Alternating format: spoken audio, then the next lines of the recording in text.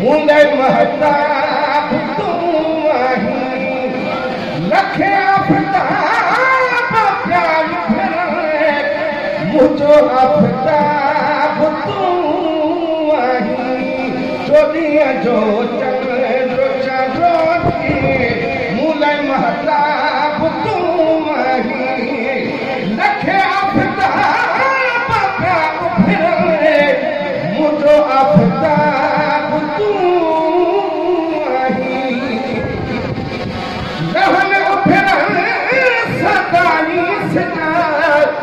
पया दुनिया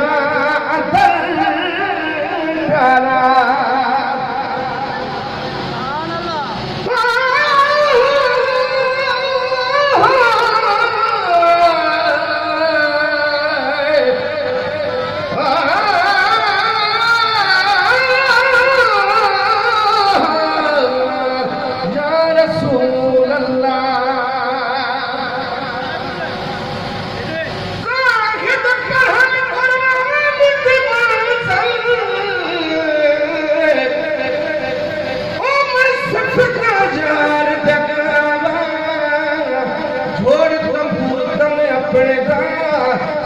सोच दी तार मिलावा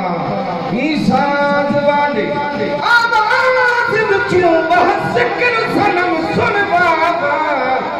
थोड़ी जग को मूल न भावा पखता एक हर पीले मन भावा वो नहलियों पिरने सदाई सिजा भया दुनिया मकर से मतो तुझे ना हिले मिठा नाया तू आही मकर से मतो तुझे ना हिले मिठा नाया तू आही लखे आफताब उभरे मुझो आफताब तू आही चोलिया जो चलो के मुने महताब तू आही रसाई रोशनिया तो चरकी जान पर जहान लिखे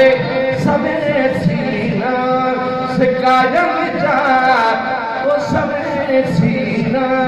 सिकायन जा कदों से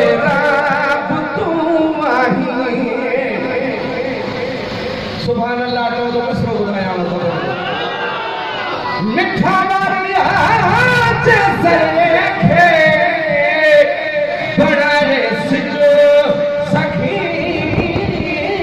तो तू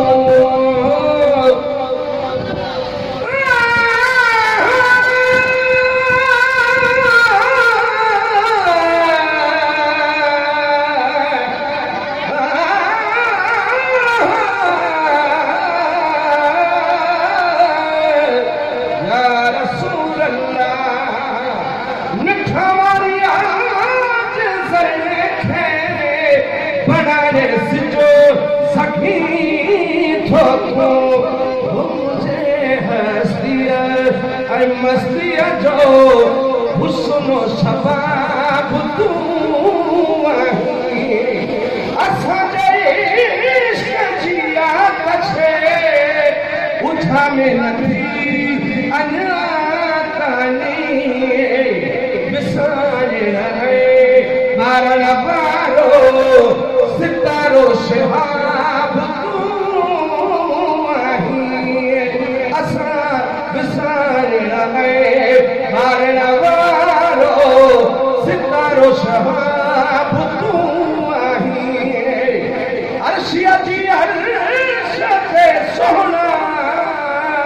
रसारी तू जैसा कया बिहिश्तन में पूरा लभी हणो वो बिहिश्तन में पूरा लभी हणा सदो असबाब तू आही लखे आफताब